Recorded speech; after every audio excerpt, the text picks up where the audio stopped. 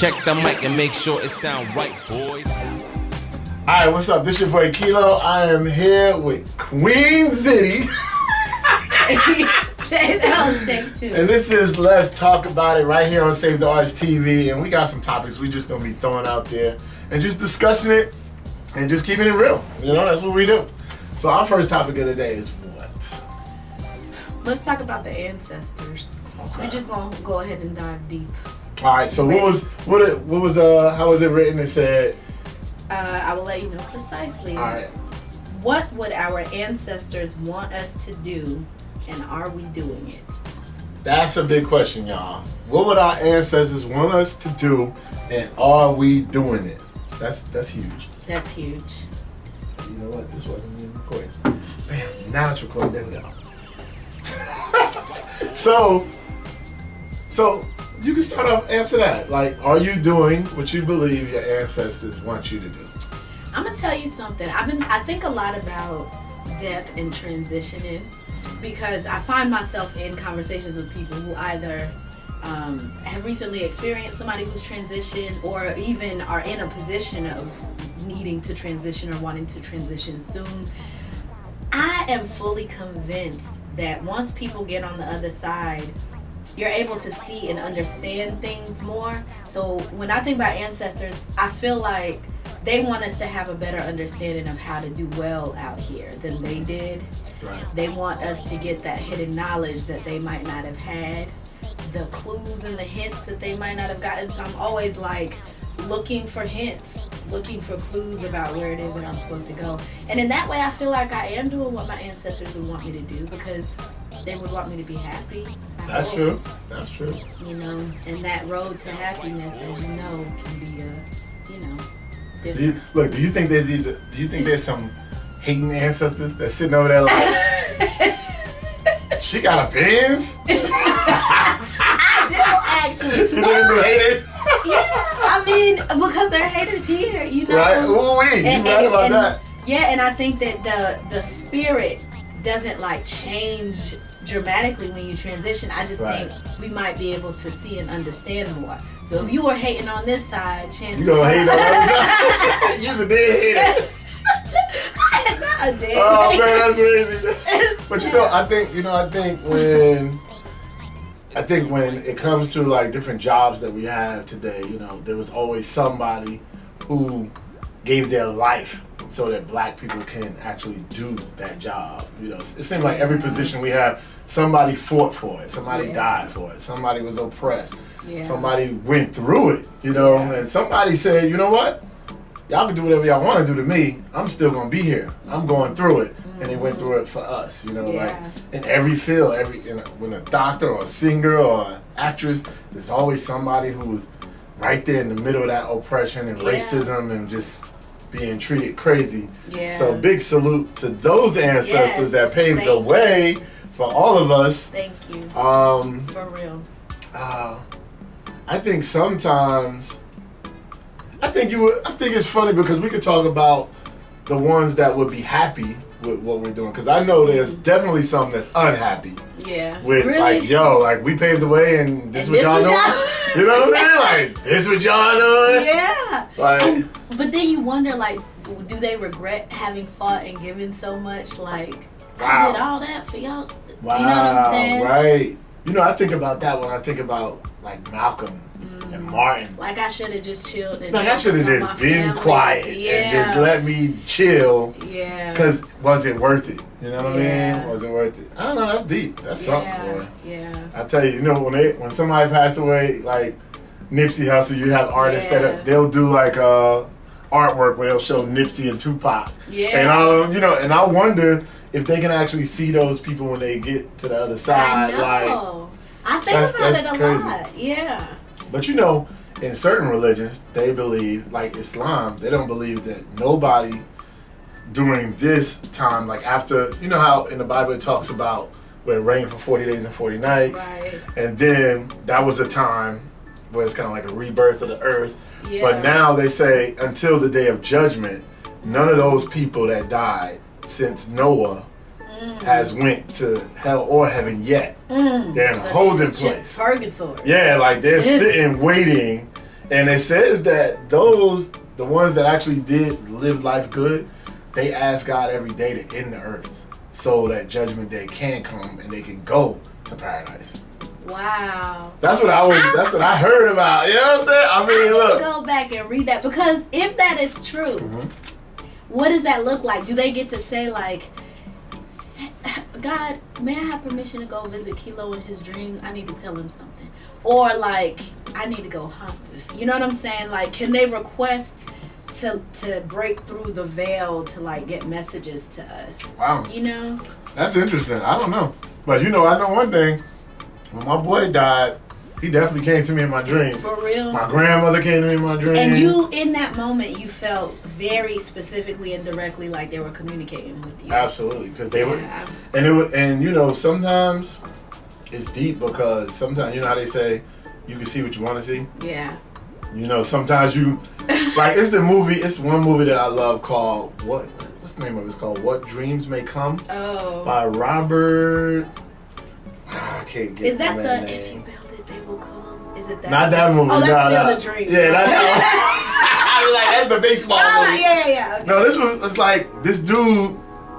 The dude that played Mort from Mork and Mindy. Mm-hmm. I forgot his name. He passed away from cancer, I think. Mm-hmm. And he was in the movie with my man that was in Boys in the Hood. I forgot his name too. That's a shame. Come on. Black man that was Come with on, Ricky. Q. The one that went to visit Nia Long was swinging at the air. Okay. I forgot his name too. But in that movie,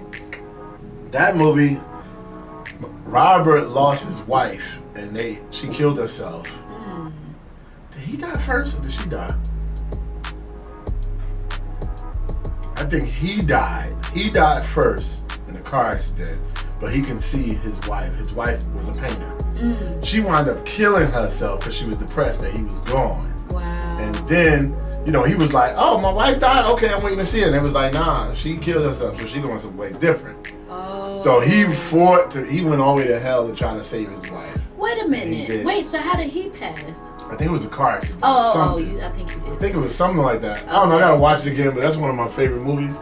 But it was deep because it was one of the only movies that gave you a kind of an idea of what the other side could be like. Yeah. And he lost his kids. He lost his kids too.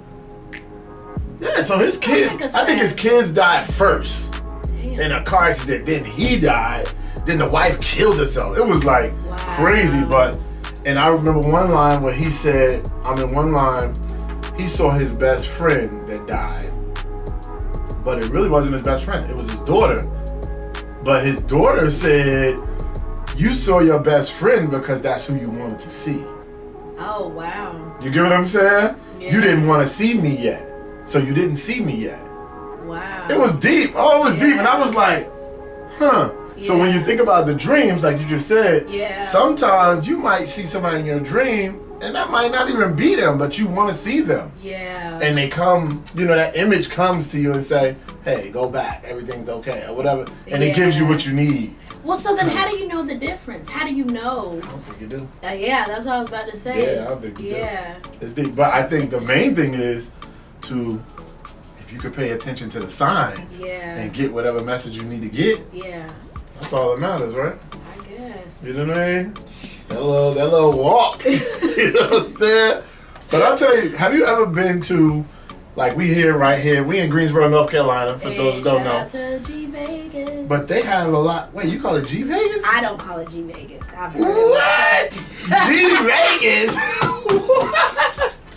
Yo, Greensboro is G Vegas? That means it's popping. Where is it popping at? Well, so there are two different perceptions of Greensboro. There's G Vegas, but then there's also Greensboro. People have called it that. Ooh. It depends on where you come from. Wow, that's true, right? Yeah. So what do you think about, since we're talking ancestors, what do you think about when you're in this town? I found out after moving here that this used to be the headquarters for KKK. I'm not surprised.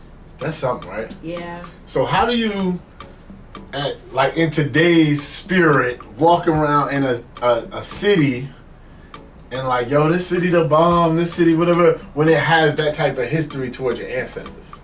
Yeah. Well, to be clear, remember, my ancestors come from Southern Africa, so we don't have the African American slavery story. Ooh, y'all hear that? But Queen Zitty is from Africa. All right. However, right. where I'm from has definitely been hit by colonization. So like the British colonized Southern Africa, there's definitely like the hierarchy based on your skin color, discrimination, all of that. It just looks different. I have a hard time in Greensboro. That's the honest truth. I really do. And I've had to fight to feel like I could fully be myself. And I'm still in the middle of that fight, to be quite honest with you. So it's not like I'm... Now, when you say I have a hard time in Greensboro, what does that mean? What does that mean exactly? Yeah. With our city hall thing. Well. Yeah. Well, I think it's a combination of things. There were a lot of things that I didn't realize, like the subtle differences in the way that races are treated. It became a lot more apparent as I got older. So I was raised here from the age of 4, and you know, when you're raised in a place, you get conditioned like by that place, and then you get older and you come to all these other realizations. So one of the realizations for me is really being myself. I mean, I was trained and groomed to go at the educational path, the get a job path, which I'm now finding I'm much more artistic than what like a 9-to-5 would allow. But during that time where I was working, I did a lot of like conforming and having to, you know, fit in type stuff. And you know, the older I get, the less I'm willing to do that, because I see how much it like affects my mental health and my energy and all of that. And so what I mean by that is it's been difficult for me to really feel comfortable fully being myself, because there's a lot of judgment around, you know. I know, because I've been a part of it before I knew better, and now that I do know better, I have to break myself out of it and then figure out how to help other people get out of it as well. There's a lot of judgment around here. Did that answer your question? That's deep. Okay. So for everybody watching, I want y'all to actually think about another thing that she said. Being from a place like Africa, and her ancestors is not tied into slavery like us being African Americans, born and raised, and our ancestors coming through slavery. That is deep right there in itself. I had another friend that I was talking to from New York, and she's Haitian, and she actually said the same thing to me, and I was like, what? You know, because you get conditioned to think about, when you're talking to other black people, you be like, yo, you know, slavery and, you know, us, and they be like, hold up, bro. Yeah. Not me? and Haiti is special, like particularly different, because Haiti had black people who fought actively against like the French, and the tension exists like to this day. You know? So yeah, I mean, that Jamaica too, right? I don't know as much about Jamaica's history. We'll have to something. Google after this. Yeah. That's something. Yeah. Ooh, well, Yeah. I wonder how, so what do you think in terms of the ancestors from Africa, from where you're from? Are they proud of you and, you know, people who came to America? And are y'all keeping the traditions on in terms of culture and what y'all eat and everything from your homeland? So, gosh, I didn't know we were going to get this deep. Look, since we on the ancestors, you know, it gets deep with the ancestors. Yeah. Well, so it's so interesting because our parents, they got student visas to Greensboro College. We weren't speaking a lot of like Xhosa and Siswati in the house. Our parents wanted us to fit in. And so we were speaking English, which means that the children lost the language. I have, both of my parents are fluent in 7 different languages. They speak a lot of different languages in other places. And so I think that in the beginning of our American life, our parents were more focused on just survive, which means that a lot of the cultural things fell off. It's only in like our adult years that we've been more focused on that. And so I was the first of my sisters to get my citizenship, which means I got my passport and have been able to travel back home. And it's traveling back home that I've like sat with my cousins and been in the backyard and sat with the ancestors back there. Like, she walked me through rituals that our relatives engage in to honor the ancestors. Not worship like above and beyond God, but honor and remember in a similar way as, like, you know, you taking flowers to grandma's grave and talking to her. You know what I'm saying? Just connecting to that spirit of protection. So I do have a very deep sense of being protected by my ancestors. And the more I learn about them, the more I see them in me. Like, grandfather on mom's side was an educator. I'm an educator. Grandfather on dad's side was the first doctor, Numalo, and I have my PhD now. I feel a lot of their energy with me. And, you know, just specific things about my grandmothers that I feel and experience within me. So, yeah, I mean, the short answer is yeah. Nice. Big clap for the PhD, y'all. Clap for the PhD in the building. Y'all heard the PhD. Ancestors be proud of that, you know what I mean? High education. Yeah. All that good stuff. Let's go. That's real good. What about eating? What about eating? Like, where you're from, y'all eat certain things. Are those things here in the U.S. or is it not? My mom cooks Southern African food a lot. Okay. We do a lot of curry. Just yesterday, my sister and my brother came over and we made samosas. They're like, sometimes you do like curried meat, curried lamb, and vegetables in them. We did fully vegetarian ones yesterday, but it's, you know, different vegetables in like a pastry and you deep fry it. Okay. Usually, like, with Thanksgiving stuff in past years, we ended up doing like a fusion type deal where I would cook like traditional American stuff and my mom would make Southern African stuff. Nice. But yeah, it's a mixture. So we got to do a food show one day. Yeah. You just lay out a few things and we do a little taste Yeah. smorgasbord Yeah. from Africa. Yeah. You know what I'm saying? Yeah. I'll tell you, That'd be dope. being an African American, I guess I always felt, I mean, like as a kid, when you learn about Africa, you get mad that you ain't from there or direct. Sometimes you get mad you even came through slavery because, you know, you're kind of like this, you're like the poor kid that came through all of this stuff. And then when you hear about your great grandfather was white or was or your great grandmother was mixed with, you know what I mean? Or you find out that you were mixed, you don't feel like you were 100% black. Sometimes. You know what I mean? Yeah. When you think about it, you be like, cause you know, everybody walking around with this, you know, I'm black and I'm proud, you know, say it loud, the fist up, you know what I'm saying? And then some of them are not 100%, you know, black African blood. There's a lot of other blood mixed in there, which makes you not so black. You know what I mean? You're still black because, of course, black is the most dominant strand of any, you know, any color, you know, it's going to take over. But still, you know, it's always something you think in your mind when you be like, wow. Like, how do you feel about slave-type movies? I think it's really, really important for us to know what's happened because we have to understand like the depth of human ills and like the length that human evil will go, you know? So I think for that reason we have to understand it so that we don't repeat it. But I think that the problem is we'll pump so much, and I'm saying we, but really I mean the people who control media, so much effort into putting out imagery that is just going to mess us up mentally and emotionally. Even that, what you just described, that feeling of like, I'm not this enough. Where did those thoughts even come from? Like those seeds planted within us that keep us in this constant state of feeling like you're less not. than. So that's the problem I have with it. Like, I am like, we have got to do more intentional work around, you know, we're alive now. How do we define our identity now?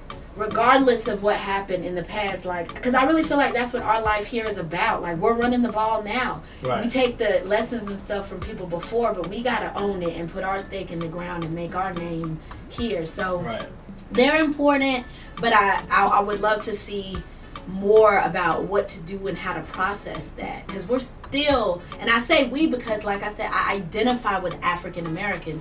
White people in the American South don't look at me and say, oh, she's African, let me not treat her the same as a black American. You know what I'm saying? As far as they're concerned, I'm a black girl. So I identify with that. What are we gonna do about this? What are we gonna do with this information? how do we get to that place where the mentality is able to like transcend all that trauma that's happened over time, you know? That's deep. Yeah. What do you feel about, they say a lot of people suffer from mental illness. What do you think about that? Like, Yeah, well, is that something you can actually cure, or is that just something you just live with and oh, I harness it? absolutely think you can cure it. As a matter of fact, like I'm working on curing my own. I think a lot of the mental illness that shows up is a natural human response to trauma.